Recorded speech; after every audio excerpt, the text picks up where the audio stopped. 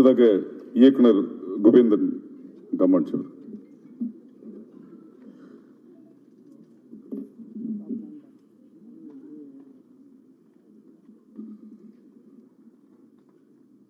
என் மனைவிக்கு நன்றி.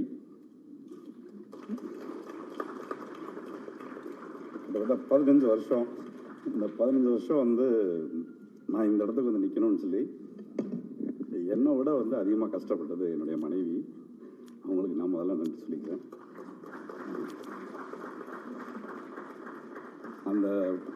அந்த 15 வருஷம் ட்ரீமை வந்து செயல்படுத்தி கொடுத்த ஜாஃபர் சாருக்கு வந்து ரொம்ப ரொம்ப நன்றி.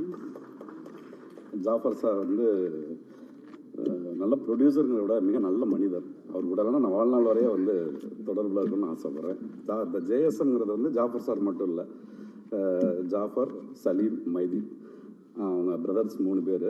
அவங்கள எப்போ பார்த்தாலும் 3 பேரை ஒன்றா சேர்ந்து பார்த்தாலே எனக்கு உண்மையிலே வந்து ஒரு பாசிட்டிவிட்டி கிடைக்கும். அவ்வளவு அன்பாகவும் பண்பாகவும் இருப்பாங்க. 3 பேருக்குமே என் வாழ்நாள் முழுவதுமான அன்பும் நன்றியும் அதை நான் இந்த இடத்துல சொல்லிக்கிறேன். நான் அப்புறமா வந்து என்னுடைய உடன்படவாத சகோதரர் கார்த்திக் துரை சார் கிட்டத்தட்ட வந்து எனக்கு நான் படம் பண்ணதுக்குள்ள ரொம்ப இதுவாக வந்திருந்தார். கார்த்திக் துரை சார் வந்து இந்த படத்துக்கு பண்ண உதவியெல்லாம் மிகப்பெரிய உதவி. அதாவது ஏதாவது ஒரு ஷூட்டிங் நடந்துகிட்ருக்கோம், அங்கே ஏதாவதுனா திடீர்னு வந்து ஈவினிங் பேக்கப் பண்ணதுக்கப்புறம் சொல்லுவாங்க, இங்கே இப்படி ஒரு பிரச்சனை நடந்தது அப்படின்னு. அப்போ என்ன ஆச்சுன்னா, இல்லை காட்சி சார் சமாளிச்சிட்டாரு, இங்கே இப்படி ஒன்று நடந்துச்சு, என்னாச்சு, இல்லை காட்சி சார் சமாளிச்சிட்டாரு அப்படிங்கிற மாதிரி வந்து சொல்லுவாங்க. என்ன சார் சொல்லவே இல்லை, வந்து சொல்லியிருக்காங்க, ஏன் பிரதர் நீங்கள் போய் படம் எடுக்க வேலை பாருங்க, இது ஏன் வேலை நான் பார்த்துக்கிறேன் அப்படின்னு சொல்லி பல பிரச்சனைகள் வந்து என்னுடைய இது கொண்டு வரவே இல்லை.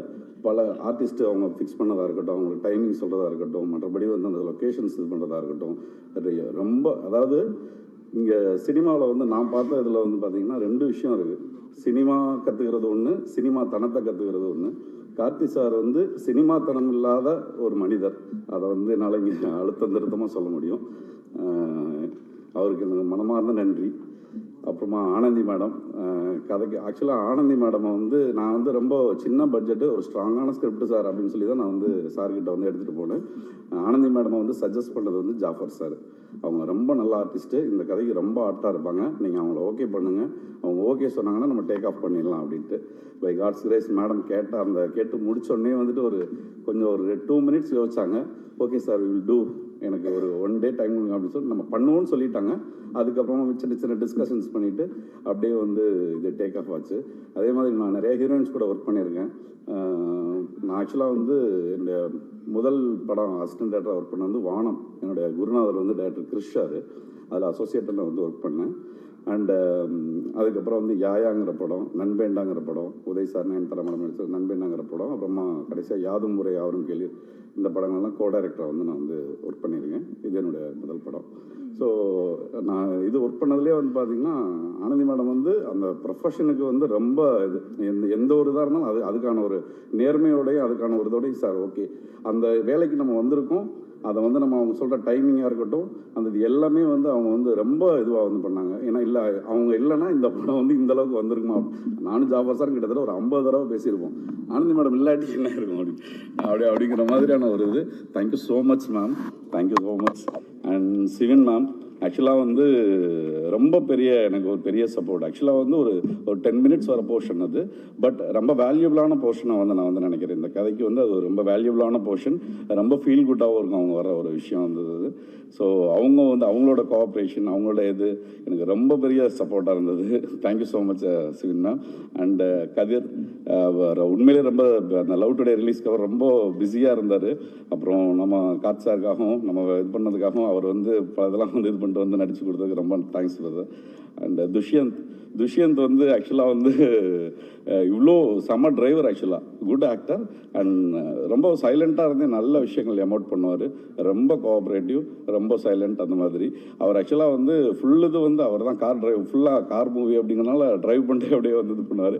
என்னென்னா முன்னாடி 2 கேமரா வச்சுருவோம், ஆனால் வந்து அப்படியே ஹில்ஸ் ஏரியா வேறு, அப்படியே வந்து பார்த்தா வந்துட்டு ரொம்ப சூப்பராக வந்து ஓட்டிட்டு எங்களோட மேக்கிங்கில் ஒரு பெரிய ஏன்னா அதுக்கு தான் அந்த லோ லோடர் எல்லாம் வச்சுருந்தோம். அப்புறமா ஒரு தடவை வந்து நம்ம வந்து அந்த இது மாட்டினதுக்கு ரிக்கு வச்சதுக்கப்புறம் ரொம்ப அனாயாசமாக ஓட்டினாரா. ஸோ லோ லோடரே நாங்கள் கேன்சல் பண்ணிவிட்டு அதுக்கப்புறமா வந்து இவர் இது பண்ணது அது ஒரு பெரிய ப்ளஸ்ஸாக இருந்தது. மேக்கிங் வந்து குவாலிட்டியாக வந்ததுக்கும் இது வந்து ரொம்ப பெரிய ப்ளஸ்ஸாக இருந்தது.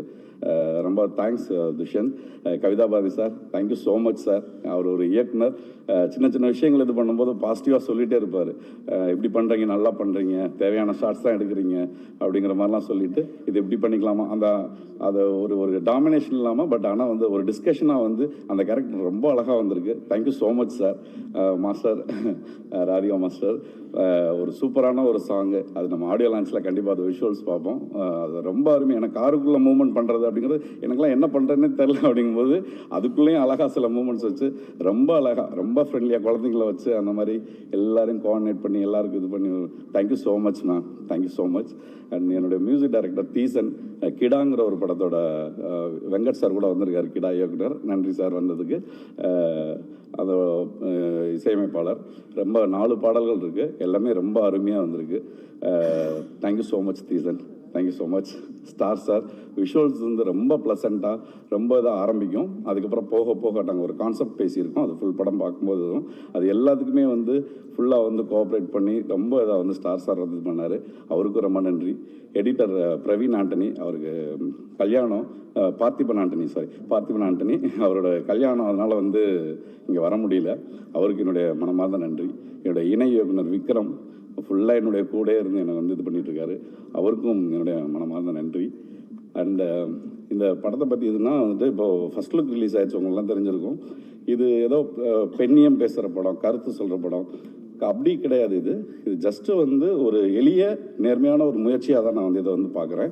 இது வந்து சொல்லப்போனால் ஆண்களுக்கான படம். இது ஆண்கள் பார்க்க வேண்டிய படம். குறிப்பாக வந்து வயது வந்த அந்த எதிர்பாலின ஈர்ப்பு ஏற்படும் போது அந்த ஏற்படுற வயசில் இருக்கிற ஆண்களும் பெண்களும் பார்க்க வேண்டிய படம் அப்படின்னு நான் வந்து நினைக்கிறேன். அண்டு இதை கடைசியாக வந்து பத்திரிகை நண்பர்கள், ஊடக நண்பர்கள் அனைவருக்கும் வந்ததுக்கு ரொம்ப ரொம்ப நன்றி. எங்களை வந்து நீங்கள் சப்போர்ட் பண்ணணும். நல்ல கண்டென்ட்டை எப்போவுமே சப்போர்ட் பண்ணுவீங்க நம்பிக்கையில் வந்து ரொம்ப உரிமையோடையும் அன்போடையும் வேண்டியும் கேட்டுக்கிறேன். எங்களை சப்போர்ட் பண்ணுங்கள். Thank you so much. தேங்க்யூ.